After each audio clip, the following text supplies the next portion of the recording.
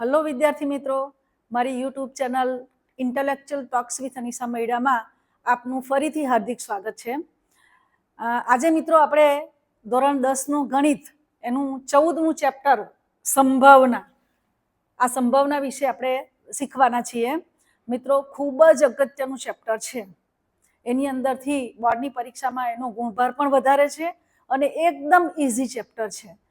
એટલે આ જે ચેપ્ટર છે તેની અંદર તમારે એની અંદર જે આવતી વ્યાખ્યાઓ, શબ્દો એને સમજવા ખૂબ અગત્યના છે.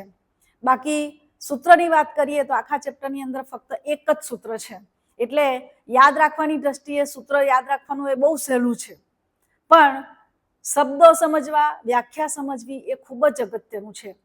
તો આપણે શરૂઆત કરીએ. સંભાવનાનો આપણે વાત કરીએ તો એની અંદર એક બે શબ્દો એવા આવે છે કે જે તમારા માટે સમજવા ખૂબ જ અગત્યના છે. તે પહેલા આપણે ગુણભાર જે છે બોર્ડની પરીક્ષામાં એ કેટલો છે એના વિશે જોઈએ. તો બેઝિક ગણિતની અંદર ગુણભાર છે 14. મિત્રો બહુ જ અગત્યનું છે આ બેઝિક મેથ્સ વાળા માટે, કે તમે જો એને ધ્યાનથી સમજીને આ ચેપ્ટર સમજશો તો આ 14 માર્ક્સ જે છે તે તમારા પાક્કા. એટલે જેને ફક્ત પાસ જ થવું છે એને 26 માર્ક લાવવાના, એની અંદરથી આ 14 માર્ક્સ તો આમાંથી ઇઝીલી તમને મળી જાય. એની અંદર બોર્ડની જે બ્લુ પ્રિન્ટ છે એના આધારે 1 ગુણના 3 પ્રશ્નો હોય છે. 1 ગુણના 3 પ્રશ્નો એટલે આપણને જે 24 માર્કનું ઓબ્જેક્ટિવ ટાઈપ જે પૂછાય છે, ખાલી જગ્યાને જોડકા, ખરા ખોટા આવું બધું જે પૂછાય છે તેવા પ્રશ્નો કેટલા હશે? 3 પ્રશ્નો. 2 ગુણના પ્રશ્ન બેઝિક વાળાને નથી પૂછાતા. 3 ગુણના 1 પ્રશ્ન હોય છે અને 4 ગુણના 2 પ્રશ્નો હોય છે. એટલે ટોટલ 14 માર્ક્સ તમારે મેળવવાના છે. જો આ ચેપ્ટર તમે વ્યવસ્થિત સમજશો અને હું જે પ્રમાણે ગાઈડન્સ આપું તે પ્રમાણે જો તમે એનું કરશો તૈયારી, તો આ 14 માર્ક્સ જે છે તે તમારા પાક્કા, એ તમને મળી જ જશે. ત્યાર પછી સ્ટાન્ડર્ડ ગણિતની વાત કરીએ તો એનો જે ગુણભાર છે બોર્ડની પરીક્ષામાં તે કેટલો છે? 8 છે. હવે 8 જે છે તે પણ ઓછા નથી. આ 8 ગુણ તમારે તમારા ખિસ્સામાં મૂકવા હોય તો બહુ જ સરળ છે મિત્રો. એટલે વ્યવસ્થિત રીતે આ ચેપ્ટર જે છે તે તમે સમજી લેજો. એની અંદર 1 ગુણનો 1 પ્રશ્ન હોય છે, સ્ટાન્ડર્ડ વાળા માટે વાત કરીએ છીએ, બરાબર. 2 ગુણના 2 પ્રશ્નો હોય છે અને 3 ગુણનો 1 પ્રશ્ન હોય છે. આમાં 4 ગુણનો પ્રશ્ન હોતો નથી. એટલે બેઝિક હોય કે સ્ટાન્ડર્ડ ગણિત હોય, બંને માટે આ ચેપ્ટર ખૂબ અગત્યનું છે. એટલે ખૂબ ધ્યાનપૂર્વક આ ચેપ્ટર જે છે તે સમજજો અને હું જે પ્રમાણે ગાઈડન્સ આપું તે પ્રમાણે તમે કરતા રહેશો તો આટલા માર્ક્સ જે છે તે તમારા બોર્ડની પરીક્ષામાં પાક્કા, એટલા માર્ક્સ તમારા આવશે જ. તો આપણે આગળ વધીએ એની અંદર. તો મિત્રો સંભાવના આપણે એની વ્યાખ્યા જોઈએ, એનું સૂત્ર જોઈએ તે પહેલા કેટલાક શબ્દો જે છે તે ખૂબ અગત્યના છે, તે આપણે જોઈ લઈએ. દાખલા તરીકે પહેલું જે છે તે યાદચ્છિક પ્રયોગ, બરાબર. યાદચ્છિક પ્રયોગ કોને કહેવાય? તો જે પ્રયોગમાં તેના કુલ શક્ય પરિણામો કયા છે તેની આપણને જાણ છે, બરાબર. શું કીધું છે? કુલ શક્ય પરિણામો કયા છે તેની આપણને જાણ છે, પરંતુ પ્રયોગને અંતે કયું પરિણામ મળશે, પ્રયોગને અંતે કયું પરિણામ મળશે તે અગાઉથી નિશ્ચિતપણે કહી શકાય નહીં. તે પ્રયોગને યાદચ્છિક પ્રયોગ કહે છે, બરાબર. કોઈ પણ પ્રયોગ કરીએ છીએ તો એના પરિણામો આટલા આટલા આવશે એ આપણને ખબર છે, પણ પ્રયોગને અંતે એટલે પ્રયોગ પૂર્ણ થાય પછી કયું પરિણામ મળશે એની આપણને ખબર હોતી નથી. તો એવું જે પ્રયોગ છે તેને શું કહેવામાં આવે? યાદચ્છિક પ્રયોગ કહેવામાં આવે, બરાબર છે. આપણે દાખલા તરીકે લઈએ કે એક સિક્કાને ઉછાળવાનો પ્રયોગ. તો સિક્કો ઉછાળવાનો પ્રયોગ છે મિત્રો, એની અંદર તમે દરેકે સિક્કો જોયો જ છે, છતાં એકવાર આપણે અહીંયા સિક્કો જોઈ લઈએ, બરાબર. આ જે સિક્કાની બાજુ છે તેમાં જુઓ અહીંયા આગળ 1 લખ્યો છે, બરાબર. એટલે એ જે સિક્કાનો આ જે સાઈડ છે એને આપણે શું કહીશું? કાંટો કહીશું. અંગ્રેજીમાં એના માટે ટેલ છે અને તેથી એનો જ્યારે પણ ઉપયોગ કરીશું ત્યારે આપણે ટી સંજ્ઞાનો ઉપયોગ કરવાના છીએ. હવે બીજી બાજુ જે છે જુઓ, આની અંદર શેની આકૃતિ તમને દેખાય છે? અહીંયા આગળ 3 સિંહની આકૃતિ દેખાય છે, બરાબર છે. તો આ જે ભાગ છે એને, આ જે સાઈડ છે તેને આપણે શું કહીશું? છાપ કહીશું, બરાબર. અને છાપ માટેનો અંગ્રેજી શબ્દ છે હેડ, અને તેના પરથી જ્યારે આ બાજુનો ઉપયોગ કરવાનો આવશે ત્યારે એ પરિણામને આપણે એચ તરીકે વર્ણવીશું. એટલે તમે જાણો જ છો, છતાં પણ એક વાર ફરી પાછું તમને આ યાદ કરાવી દીધું કે આ છાપ છે, બરાબર. અને બીજી બાજુ જે છે તે આને શું કહીશું? કાંટો કહીશું. એટલે આપણે જોયું તેમ, જો એક સિક્કો આપણે લઈએ, બરાબર છે, તો એ સિક્કાની અંદર તમારી પાસે એક બાજુ છાપ હોય છે, બરાબર, જેને આપણે એચ કહીશું. પાછળ એના વિશેની સમજણ તમને હું આપીશ. અને બીજી બાજુ જે હોય છે તે કાંટો હોય છે, એને આપણે કહીશું ટી, ટેલ, બરાબર. તો હવે તમે સિક્કાને ઉછાળો તો આપણને પરિણામ ખબર છે, કુલ શક્ય પરિણામો કયા છે તેની આપણને જાણ છે, બરાબર. આ સિક્કા ઉછાળવાનો જે પ્રયોગ છે તેની અંદર કુલ પરિણામો કેટલા છે? 2 છે. કયા કયા છે? તો ક્યાં તો છાપ આવે, ક્યાં તો કાંટો આવે, બરાબર છે, એ ખબર છે આપણને.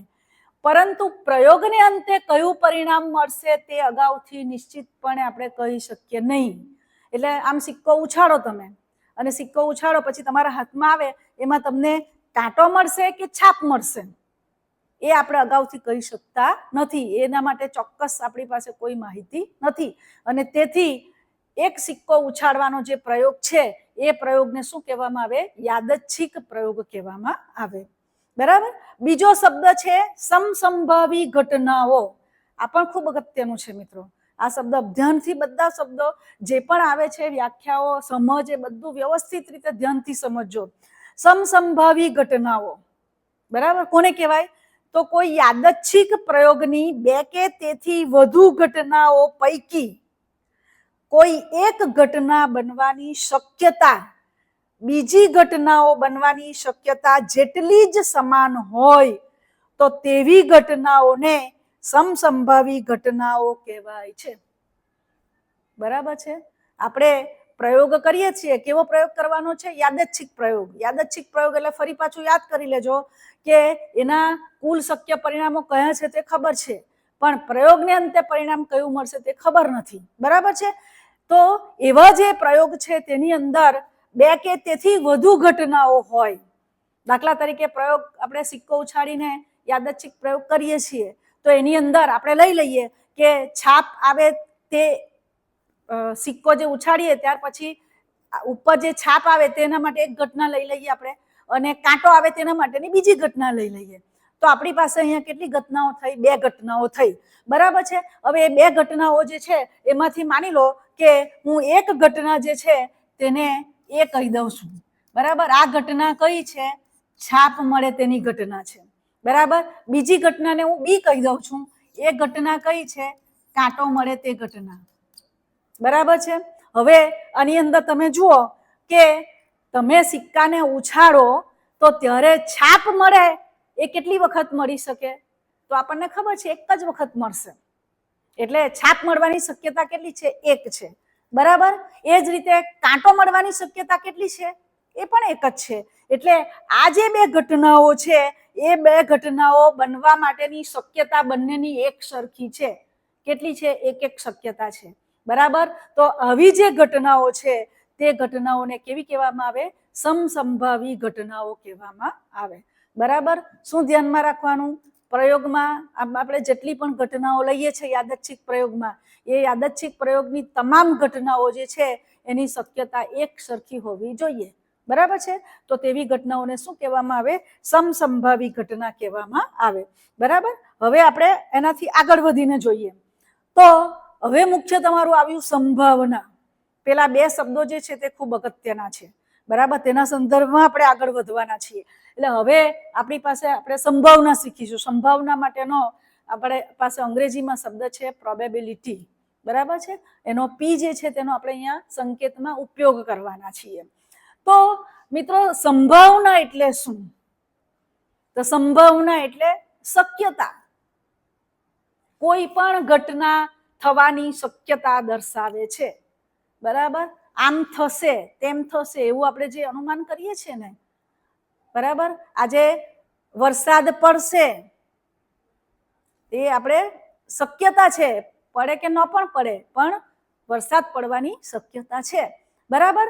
તો આવી કોઈ પણ ઘટના થવા માટેની જે શક્યતા દર્શાવે તે શું છે, એની સંભાવના છે, બરાબર.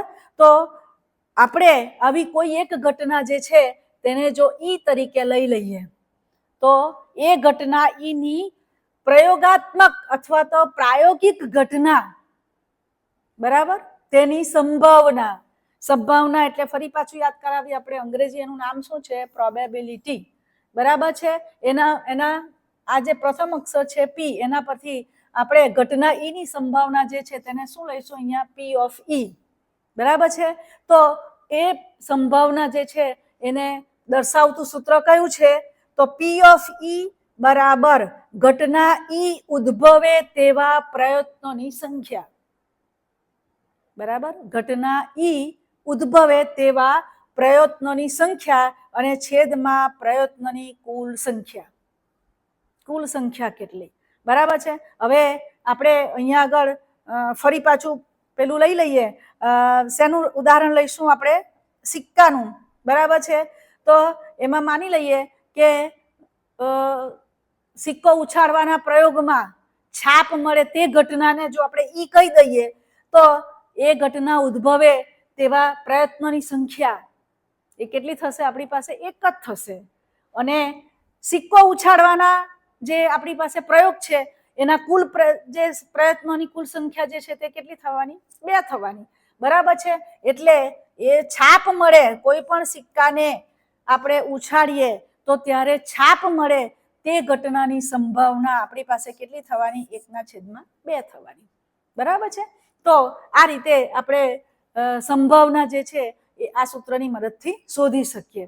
પણ સંભાવનાની વ્યાખ્યા જો આપણે લેવી હોય, બરાબર છે, સંભાવનાની વ્યાખ્યા કોને કહેવાય તે જો આપણે લેવું હોય એક્ઝેક્ટ, એકચ્યુઅલી તો સાદી ભાષામાં તો આપણે સંભાવના એટલે શું છે, કોઈ પણ ઘટના થવા માટેની એની શક્યતા કેટલી છે તે શક્યતાને શું કહેવાય, સંભાવના કહેવાય, બરાબર છે. એટલે સૈદ્ધાંતિક અથવા તો પ્રશિષ્ટ સંભાવના એની વ્યાખ્યા આપણે જોઈશું. આ જે છે તે પ્રાયોગિક સંભાવનાની વાત કરીએ આપણે, સરખું જ છે, બંનેના સૂત્ર પણ એક સરખા જ છે, બરાબર, થોડું લખવામાં થોડી શબ્દોનો ફેરફાર છે. તો સૈદ્ધાંતિક અથવા તો પ્રશિષ્ટ સંભાવના કોને કહેવાય, તો કોઈ ઘટનાની સંભાવના એટલે તે ઘટના માટેના સાનુકૂળ પરિણામોની સંખ્યા, સાનુકૂળ એટલે એ ઘટના થવા માટેના ને અનુકૂળ હોય એવા પરિણામો, બરાબર, તેની સંખ્યા અને પ્રયોગના તમામ શક્ય પરિણામોની સંખ્યાનો ગુણોત્તર. જોજો, ઘટના થવા માટેના સાનુકૂળ પરિણામો, અહીંયા જો આપણે લઈએ તો સિક્કાને ઉછાળવાથી છાપ મળે, બરાબર, તેવા જે છાપ મળે એ ઘટના જે છે એના માટે સાનુકૂળ પરિણામો કેવા થવાના, એક જ થવાનું, કારણ કે છાપ એક જ છે એની અંદર, તમે ગમે તે રીતે ઉછાળો એને, પણ એક વખત ઉછાળવાનો પ્રયોગ તમે લો એટલે છાપ મળે, કેટલી મળે, એક જ મળે. એટલે સાનુકૂળ પરિણામો કેટલા આવશે, 1 આવશે. અને પ્રયોગના તમામ શક્ય પરિણામોની સંખ્યા, છાપ તમે સિક્કાને ઉછાળો એટલે તમામ પરિણામો કયા મળે, એક ક્યાં તો છાપ મળે, ક્યાં તો કાંટો મળે, એટલે કેટલા મળે, 2 મળે, બરાબર છે. તો તેને શું કહેવાય, શક્ય પરિણામો કહેવાય. એ બંનેનો ગુણોત્તર તે શું છે, સૈદ્ધાંતિક સંભાવનાની સૈદ્ધાંતિક અથવા તો પ્રશિષ્ટ વ્યાખ્યા એને કહેવામાં આવે, બરાબર છે. હવે અહીંયા આગળ આપણે મિત્રો જો સાનુકૂળ પરિણામો એવો શબ્દ વાપર્યો છે, તો તે આપણે લઈએ કે સાનુકૂળ પરિણામો જે છે તે કોને કહેવાય, બરાબર, સાનુકૂળ પરિણામો.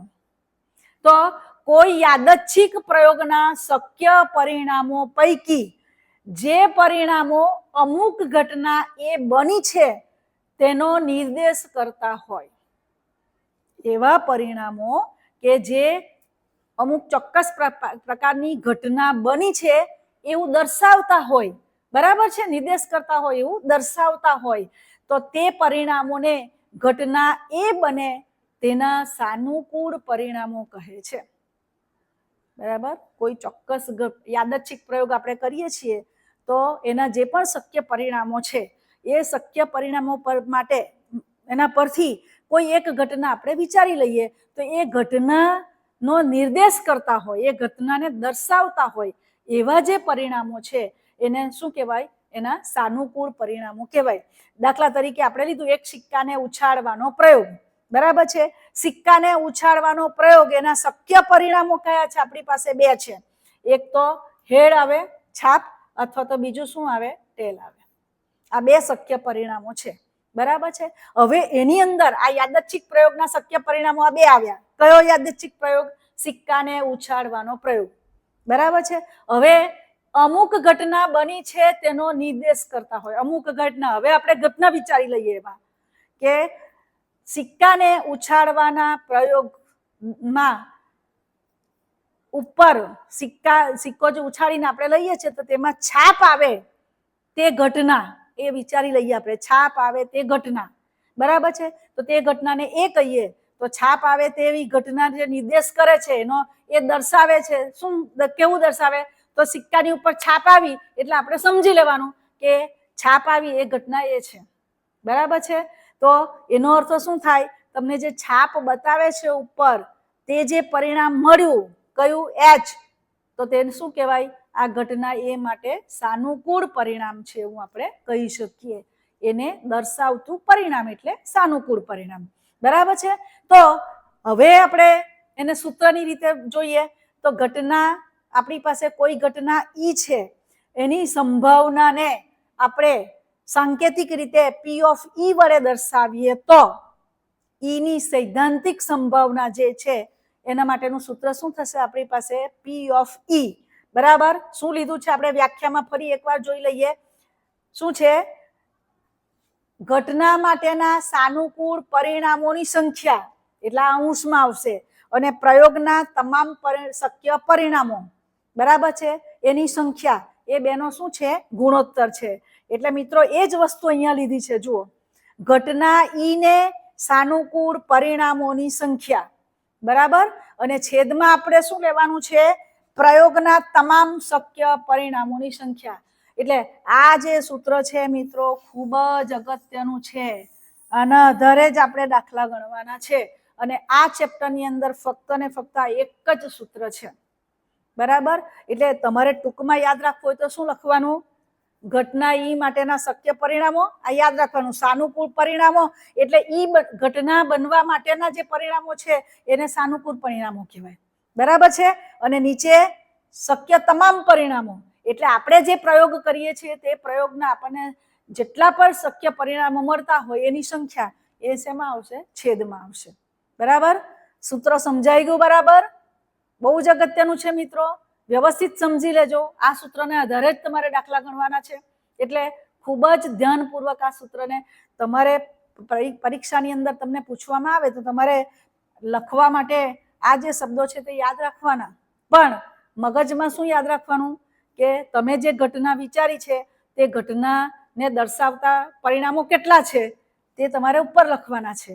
અને પ્રયોગ જે છે, યાદચ્છિક પ્રયોગ, એ પ્રયોગના કુલ પરિણામો કેટલા છે તે તમારે નીચે લખવાના છે, બરાબર. ફરી પાછું, જે ઘટના તમે વિચારી છે તે ઘટના માટે એ દર્શાવતા જે પરિણામો છે, ઘટનાને દર્શાવતા પરિણામોની સંખ્યા એ ઉપર લખવાની છે. અને પ્રયોગની કુલ સંખ્યા, પ્રયોગમાં જેટલા પણ પરિણામો મળે છે એ પરિણામોની કુલ સંખ્યા તમારે નીચે લખવાની છે, બરાબર. હજી વધારે સ્પષ્ટ કરું, તમારી પાસે અહીંયા આગળ સિક્કો ઉછાળવાનો પ્રયોગ આપેલો છે, બરાબર છે. એમાં આપણે ઘટના ઈ એવી લઈ લઈએ કે સિક્કા ઉછાળવાના પ્રયોગમાં છાપ મળે તે ઘટના.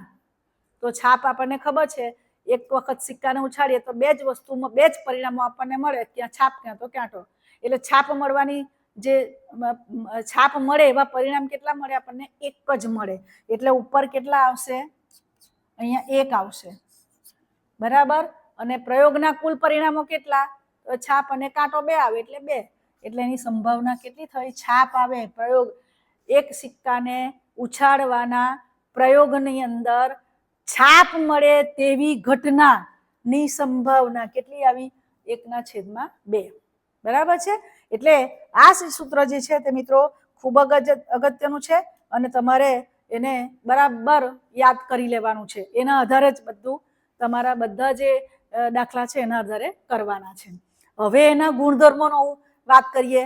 ગુણધર્મો ખૂબ જ અગત્યના છે, એનો પણ ઉપયોગ થાય છે દાખલાની અંદર, દાખલા ગણવા માટે.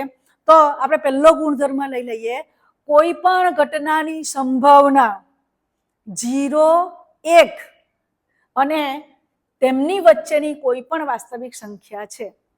0, 1 અને એની વચ્ચેની કોઈ પણ સંખ્યા છે. 0 લેવાનો, 1 લેવાનો અને 0 અને 1 ની વચ્ચે આવતી સંખ્યા એટલે બધી કેવી સંખ્યા આવશે? અપૂર્ણાંક સંખ્યા. તો તે સંખ્યા જે છે એ એની સંભાવના તરીકે આવી શકે. એટલે આપણે કહી શકીએ કે કોઈ પણ ઘટના ઈ માટે આપણી પાસે જે ઘટના છે તે ઘટના જો ઈ આપેલી હોય તો એની સંભાવના કઈ થશે? P of E. એનું મૂલ્ય કેટલું થશે?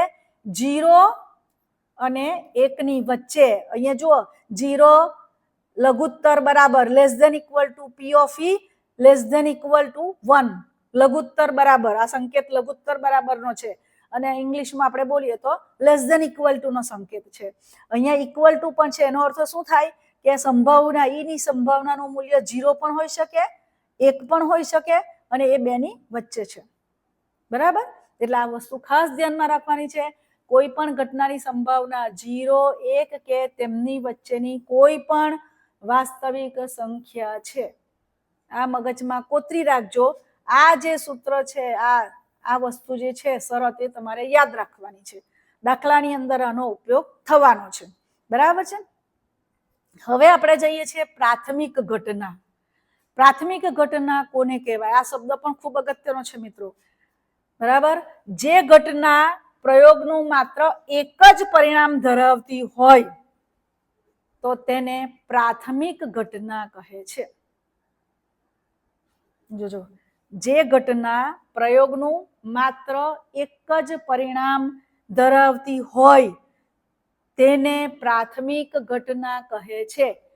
ફરી પાછો અહીંયા આપણે સિક્કા ઉછાળવાના પ્રયોગની વાત કરીએ તો સિક્કા ઉછાળવાના પ્રયોગમાં આપણને કુલ કેટલા પરિણામ મળે છે? 2 પરિણામ મળે છે. ક્યાં તો છાપ મળે છે, બરાબર, હેડ H, અને કાંટો મળે છે, એને આપણે કહીશું ટેલ. એટલે આપણી પાસે પ્રયોગ માટેના 2 પરિણામો છે. હવે જોજો, હવે હું શું કહું છું, પ્રયોગનું એક જ પરિણામ ધરાવતી હોય તેવી ઘટના. એટલે હું એમ લઈ લઉં કે સિક્કાને ઉછાળવાથી છાપ મળે તે ઘટના. હવે છાપ મળે તે ઘટનાની વાત કરીએ તો સિક્કાને તમે એક વખત ઉછાળો, બરાબર, છાપ મળવાની શક્યતા કેટલી છે? એક જ છે, કારણ કે સિક્કામાં એકથી વધારે છાપ છે જ નહીં. બરાબર? તો છાપ મળવાની જે ઘટના છે એમાં કેટલું આવશે? એને પરિણામ કેટલું આવશે? માત્ર એક જ પરિણામ છે, એકથી વધારે નહીં આવી શકે. તે જ રીતે બીજી ઘટના હું લઈ લઉં કે સિક્કો ઉછાળવાના પ્રયોગમાં કાંટો એટલે કે ટેલ મળે તે ઘટના. બરાબર? આ ટેલ મળે તે ઘટના, તો એમાં કેટલા પરિણામ મળવાના? એક જ મળવાનું. તમે સિક્કાને ઉછાળો, ક્યાં તો છાપ મળે, ક્યાં તો કાંટો મળે. એટલે કાંટો કેટલી વખત મળી શકે? એક જ વખત મળી શકે. છાપ કેટલી વખત મળી શકે? એક જ વખત મળી શકે. તો આ જે ઘટનાઓ છે, છાપ મળવાની ઘટના, બરાબર, સિક્કાને ઉછાળવાથી છાપ મળવાની ઘટના અને કાંટો મળવાની ઘટના, એ બંનેના પરિણામો કેટલા છે? એક જ છે. કે જ્યારે આવું થાય કે પ્રયોગનું એક જ પરિણામ ધરાવતી હોય તો તે ઘટનાને શું કહેવામાં આવે? પ્રાથમિક ઘટના કહેવામાં આવે. બરાબર? યાદ રહી ગયું? આપણી પાસે અહીંયા પ્રયોગ કયો છે? સિક્કો ઉછાળવાનો પ્રયોગ. બરાબર છે? સિક્કો તમે એક વખત ઉછાળો એટલે તમને ક્યાં તો છાપ મળે, ક્યાં તો કાંટો મળે. એટલે પ્રયોગના કેટલા પરિણામ છે? 2 છે. પણ હું એની અંદર એમ લઈ લઉં કે સિક્કો ઉછાળવાના પ્રયોગમાં છાપ મળે તે ઘટના. છાપ કેટલી વખત મળી શકશે મિત્રો? એક જ વખત. એટલે એ જે ઘટના છે એને શું કહેવામાં આવે? પ્રાથમિક ઘટના કહેવામાં આવે. અને એક વસ્તુ ધ્યાનમાં રાખજો કે પ્રયોગની જેટલી પણ પ્રાથમિક ઘટનાઓ હોય તે ઘટનાની સંભાવનાનો સરવાળો કેટલો મળે છે? 1 મળે છે. એટલે આ પ્રયોગ જે છે સિક્કો ઉછાળવાનો પ્રયોગ, એની અંદર છાપ મળે, આ છાપ મળે તે ઘટનાને જો આપણે એ તરીકે લઈ લઈએ અને કાંટો મળે એ ઘટનાને જો આપણે બી તરીકે લઈ લઈએ તો આ બંને પ્રાથમિક ઘટનાઓ છે, બરાબર? એટલે એ જે બે ઘટનાઓ છે તેની સંભાવનાનો સરવાળો, એટલે એની સંભાવના પી ઓફ એ વત્તા બી ની સંભાવના P of B equal to કેટલા થશે? 1 થશે. એટલે આ પરિણામ ખૂબ અગત્યનું છે. જ્યારે પ્રાથમિક ઘટનાઓ આપી હોય ત્યારે કોઈ એક પ્રયોગ માટે પ્રાથમિક ઘટનાઓ આપી હોય તો જેટલી પણ ઘટનાઓ આપી હોય પ્રાથમિક, એ બધીનો સરવાળો કેટલો થાય છે? 1 થાય છે, બરાબર? સિક્કા ઉછાળવાના પ્રયોગમાં ફક્ત 2 જ ઘટના મળે છે આપણને. કઈ? છાપ મળે તે ઘટના અથવા તો કાંટો મળે તે ઘટના. આપણે અહીંયા 2 લીધી છે એટલે આપણને અહીંયા શું મળશે? P of A plus P of B equal to 1, બરાબર છે? પી ઓફ એ વત્તા પી ઓફ બી બરાબર કેટલા થશે? 1. એટલે આ ખૂબ જ અગત્યનું છે કે પ્રયોગની તમામ પ્રાથમિક ઘટનાઓની સંભાવનાનો સરવાળો કેટલો હોય છે? 1 હોય છે, બરાબર? એટલે આ વસ્તુ બરાબર ધ્યાનમાં રાખવાની છે. હવે આપણે આગળના શબ્દોની વાત કરીએ. સંભાવનાના ગુણધર્મો જ છે મિત્રો આ પણ. એની અંદર પૂરક ઘટના લઈશું, બરાબર? તો ઘટના ઈ માટે ઈ નહીં એટલે શું અર્થ થઈ ગયો? આને આપણે પોઝિટિવ લઈએ, બરાબર? તો આ નેગેટિવના અર્થમાં છે. એટલે ઈ નહીં ને ઘટના ઈની પૂરક ઘટના કહે છે. ઘટના ઈ માટે ઈ નહીં ને ઈની પૂરક ઘટના કહે છે, બરાબર છે? દાખલા તરીકે હું એક ઘટના અહીંયા લઈ લઉં છું ઈ, બરાબર છે? એ જે ઘટના છે એ આપણે અહીંયા લઈ લઈએ ઘટના ઈ, એને હું લઈ લઉં છું આજે વરસાદ પડશે,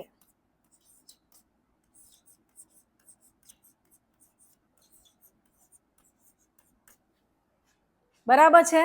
તો આ પડશે એટલે હકારાત્મક વસ્તુ થઈ ગઈ, એને નકારાત્મક ફેરવી કાઢો. શું થશે નકારાત્મકમાં? આજે વરસાદ પડશે નહીં, બરાબર છે? અને ઈ નહીં આજે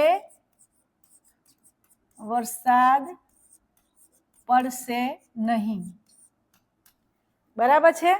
એટલે આ ઈ છે, આ શું થઈ ગયું? ઈ નહીં, બરાબર? શું થઈ ગયું? આ આપણી પાસે ઈ નહીં, બરાબર? તો ઈ નહીં જે છે તે શું કહેવાય? આ ઘટના ઈની પૂરક ઘટના, અને એના માટેનો સંકેત આપણી પાસે છે ઈ બાર. એટલે આપણે અહીંયા લખીએ ઈ બાર, બરાબર? ઘટના ઈ માટે ઈ નહીં જે દર્શાવે તેને શું કહેવાય? ઈની પૂરક ઘટના કહેવાય. ઈ જો આપણે લઈએ આજે વરસાદ પડશે, તો આ ઈ ન હોય તે આપણે લેવાનું, તો શું આવે? એમાં નહીં પડે વરસાદ, એમ લઈ લો ઘટના, બરાબર છે? તો એને શું કહેવાય? ઈની પૂરક ઘટના કહેવામાં આવે, બરાબર છે? એટલે આપણે અહીંયા બંને રીતે કહી શકો તમે. ઈ ડેશ બરાબર આજે વરસાદ પડશે નહીં લો તો એનું ઉલટું ઈ શું થશે? આજે વરસાદ પડશે. એટલે આપણે કહી શકીએ કે ઘટનાઓ ઈ અને ઈ બાર એ બંને એકબીજાની પૂરક ઘટના છે, બંને એકબીજાની પૂરક ઘટના છે એવું આપણે કહી શકીએ, બરાબર છે? અને ઈ બાર એ બંને એકબીજાની પૂરક ઘટના હોય તો તેના માટે આ જે પરિણામ છે એ ખૂબ જ અગત્યનું છે, બરાબર? P of E bar equal to 1 minus P of E. તમારે વ્યવસ્થિત રીતે તમને યાદ રહે તેમ જો તમારે કરવું હોય તો તમે આમ પણ લખી શકો, પી ઓફ ઈ વત્તા પી of E bar equal to 1, બરાબર? ઈ અને ઈ બાર એ બંને એકબીજાની પૂરક ઘટનાઓ છે, એટલે બંનેની સંભાવનાનો સરવાળો કેટલો થશે? 1 થશે. બરાબર. પી ઓફ ઈ વત્તા પી of E bar equal to 1. હવે આની અંદર તમે પી ઓફ ઈ ને પેલી બાજુ લઈ જાઓ, આ બાજુ પ્લસ છે એટલે શું થવાનું? માઇનસ. એટલે અહીંયા લખ્યું છે P of E bar equal to 1 minus P of E. ઉલટું પણ કરી શકો તમે. તમને માની લો કે પી ઓફ ઈ આપ્યું છે ને તમારે પી ઓફ ઈ બાર શોધવાનું છે, તો આનો ઉપયોગ કરો. બરાબર છે. તમને પી ઓફ ઈ બાર આપી દીધું છે અને તમારે પી ઓફ ઈ શોધવાનું છે, તો આના જેવું જ બીજું સૂત્ર અહીંયા તમે બનાવી દો. બરાબર. તમારે પી ઓફ શોધવાનું છે એટલે પી ઓફ ઈ બરાબર 1 minus P of E bar. બરાબર. એટલે આ જે સૂત્ર છે તે 3 રીતે લખાય છે. બરાબર. P of E plus P of E bar equal to 1, અથવા તો તમને પી ઓફ ઈ આપી દીધું છે અને ઈ બાર શોધવાનું, પી ઓફ ઈ બાર, તો P of E bar equal to 1 minus P of E શોધવાનું છે. માની લો કે તમને પી ઓફ ઈ બાર આપી દીધું છે ને તમારે પી ઓફ ઈ શોધવાનું છે, તો P of E equal to 1 minus P of E bar. બરાબર છે. એટલે આ સૂત્ર પણ અગત્યનું છે. ત્યાર પછી આપણે બીજું લઈએ છીએ નિશ્ચિત ઘટના. નિશ્ચિત બને જ, ચોક્કસ બને જ એ ઘટના, તો તેને શું કહેવાય? નિશ્ચિત ઘટના કહેવાય. હર હાલમાં એ ઘટના બને ને બને જ. બરાબર છે. તો જુઓ, જે ઘટના ચોક્કસપણે અથવા તો નિશ્ચિતપણે ઉદ્ભવે તેમ હોય તો એવી ઘટનાને કેવી ઘટના કહેવામાં આવે છે? નિશ્ચિત ઘટના અથવા તો ચોક્કસ ઘટના કહેવામાં આવે. બરાબર. કોઈ પણ સંજોગોમાં ઘટના બને જ, ગમે તેવા સંજોગો આવી જાય પણ ઘટના બને એટલે બને જ. એટલે એને કેવી ઘટના કહેવાય? ચોક્કસ ઘટના, એ બનવાની જ છે. બરાબર. અથવા તો નિશ્ચિત ઘટના કહેવામાં આવે. દાખલા તરીકે આપણે અહીંયા લઈશું સૂર્ય પૂર્વમાં ઉગશે. બરાબર. આપણને ખબર છે મિત્રો, ગમે તેવી પરિસ્થિતિ હોય, શિયાળો, ઉનાળો, ચોમાસું, કંઈ પણ હોય, પણ સૂર્ય જે છે તે પૂર્વમાં જ ઉગે. હા, ચોમાસાની અંદર વાદળછાયું વાતાવરણ હોય તો આપણને એક તકે સૂર્ય ન દેખાય એવું બની શકે, પણ એની ઉગવાની દિશા તો કઈ થવાની? પૂર્વમાં જ હશે. એટલે આ વસ્તુ ચોક્કસ છે. પૂર્વમાં જ સૂર્ય ઉગે છે, આપણને ખબર છે. એટલે આ જે ઘટના છે તેને કેવી ઘટના કહેવામાં આવે? નિશ્ચિત ઘટના કહેવામાં આવે અથવા તો ચોક્કસ ઘટના કહેવામાં આવે. અને એવી ચોક્કસ કે નિશ્ચિત ઘટના હોય તો તેની સંભાવના કેટલી થવાની? 1 થશે. બરાબર. નિશ્ચિત ઘટનાની સંભાવના કેટલી છે મિત્રો? 1 છે. આ ખાસ ધ્યાનમાં રાખજો. તમને ખરા ખોટામાં, ખાલી જગ્યામાં એવામાં પૂછાઈ શકે. બરાબર છે. એટલે આ વસ્તુ ખાસ ધ્યાનમાં રાખવાની. તમને વ્યાખ્યા જે છે તે પૂછાતી નથી જનરલી, પણ એનો ઉપયોગ પૂછાય છે. એટલે એના માટે આ બધી વસ્તુઓ જે છે તે તમારે ખૂબ જ જરૂરી છે.